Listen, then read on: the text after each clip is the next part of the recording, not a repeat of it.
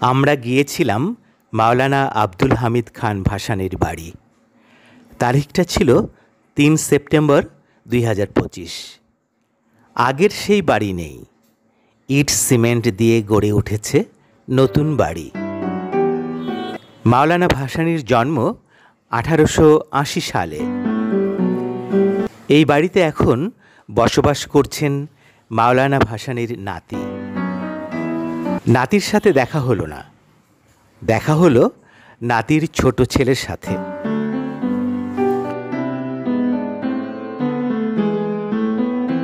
ইট cement দিয়ে বাড়ি গড়ে উঠলেও মাওলানা ভাসানীর স্মৃতিচিহ্ন রয়েছে এখনও। ছোট্ট একটি মিউজিয়াম রয়েছে, যেখানে তার ব্যবহৃত কিছু জিনিসপত্র সংরক্ষণ করা হয়েছে। এটি হলো মাওলানা ভাসানীর বৈঠকখানা।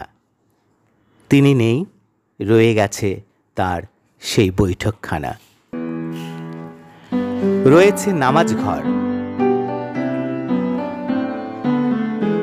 পাশেই রয়েছে মাওলানা ভাসানীর ভক্ত ও সহচর মুসা ফকিরের মাজার শরীফ।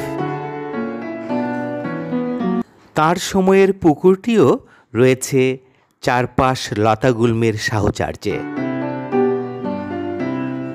নাতির ছোট ছেলের কাছ থেকে জানা গেল, মাওলানা ভাসানীর আমলের একটি তালগাছ এখনও রয়েছে দাঁড়িয়ে।